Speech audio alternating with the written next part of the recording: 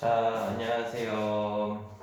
자, 오늘은 우리가 인터넷으로 강의를 대체를 할 거예요. 자, 그래서 우리가 오늘 배울 부분은 화학, 페이지 수로 따지자면 120페이지고요. 제목은 원소의 주기적인 성질에 대해서 알아보도록 할 겁니다. 자, 그러면 이런 원소의 주기적인 성질이란 무엇을 의미하냐?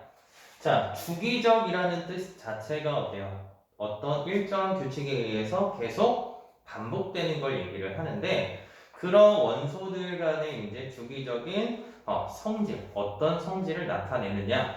자, 이걸 알아볼 거야. 근데 우리가 앞에서 배운 것들을 보면 이 원소, 수소 같은 경우는 이제 원자가 하나잖아요. 이 수소 원자, 뭐 예를 들어서 수소 원자 하나라고 가정을 해볼게. 자, 이 수소 원자 같은 경우는 전자가 하나야. 그렇기 때문에 이 다른 수소 원자다라고 가정을 한다면, 자, 이 원자 핵과 전자 사이에 다른 거추장스러운 것들이 전혀 없단 말이야.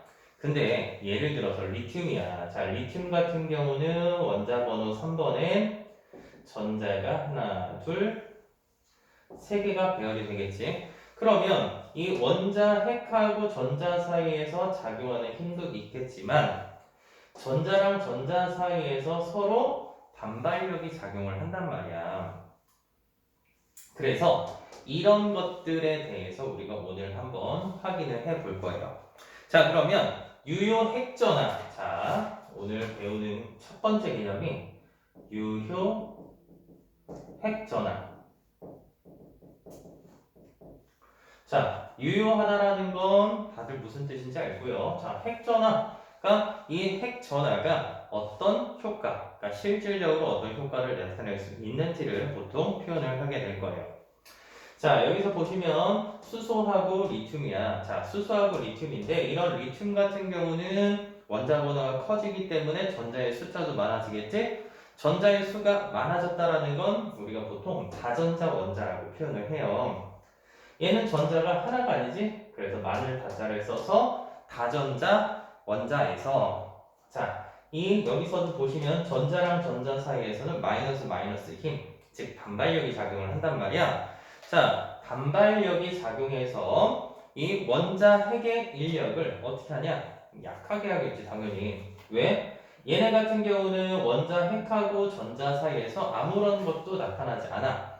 그러니까 이 핵전하의 힘 자체가 전자한테 온전히 작용이 되는 거야.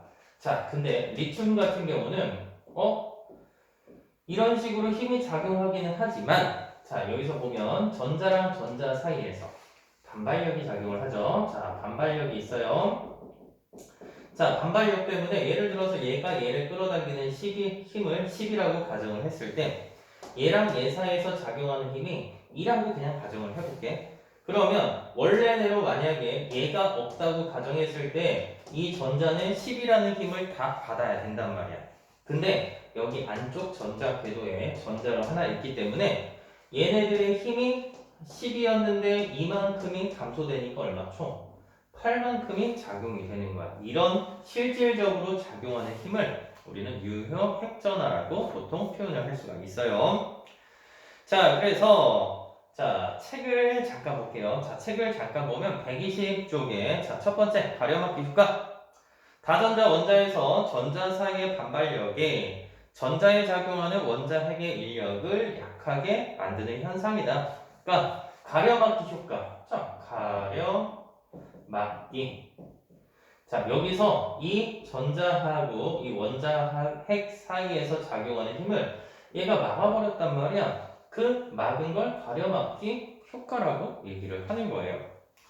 자, 그러면 두 번째 보시면 안쪽 전자 껍질에 있는 전자의 가려막기 효과는 안쪽 전자 껍질에 있는 전자의 가려막기 효과는 같은 전자 껍질에 있는 가려막기 효과보다 크다라고 되어 있어. 그러니까 안쪽에 있는 게 바깥에, 그러니까 같은 전자 껍질, 예를 들어서 같은 전자 껍질에 있는 애보다 얘랑 얘 사이에서 작용할 때 안쪽에서 작용하는 이 힘이 더 커진다라는 뜻이 되는 거예요.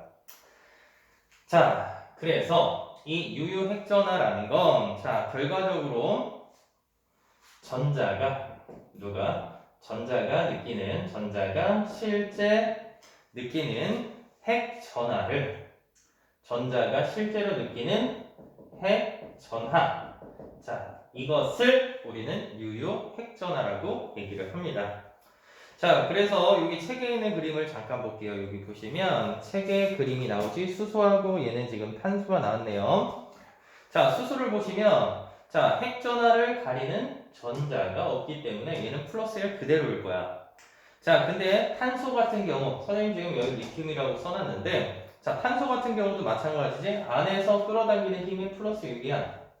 그러면 전자가 이렇게 있을 거고요. 자, 안쪽 전자 껍질에 전자 2개랑 그 다음에 같은 전자 껍질에 전자 3개가 왜 3개냐면 얘한테 작용하는 힘을 얘기를 하는 거니까 핵전하를 가리기 때문에 이 핵전하를 가린단 말이야. 그래서 말 그대로 가려 막는 거예요. 우리 공부를 할 때 또는 영어관에서 영어는 괜찮은데 우리가 뭐 학교 강당이나 이런 데서 어때요? 선생님들 이제 볼 때 의자에 앉아있다라고 가정을 한다면 어때요? 앞사람 머리 때문에 어때요? 앞이 잘 안 보이겠지? 그런 것들은 어때요? 우리 그러면서 뭐라고 표현해? 가리지 말라고 보통 표현을 한단 말이에요. 중요한 내용을 얘기할 거면. 자, 그래서 얘네들도 마찬가지로 이 핵전하를 가려막는 거. 그래서 이 가려막기 효과 때문에 자, 원래 작용해야 되는 힘이 플러스 6인데 얘네들한테서 서로 반발력이 작용할 거고요. 얘네들 사이에서도 반발력이 작용할 거야. 근데 얘네들보다는 이 안쪽에 있는 전자 껍질의 가려막기 효과가 조금 더 큰 거고요. 그래서 얘는 플러스 6보다 어때요? 커져야 돼? 작아져야 돼?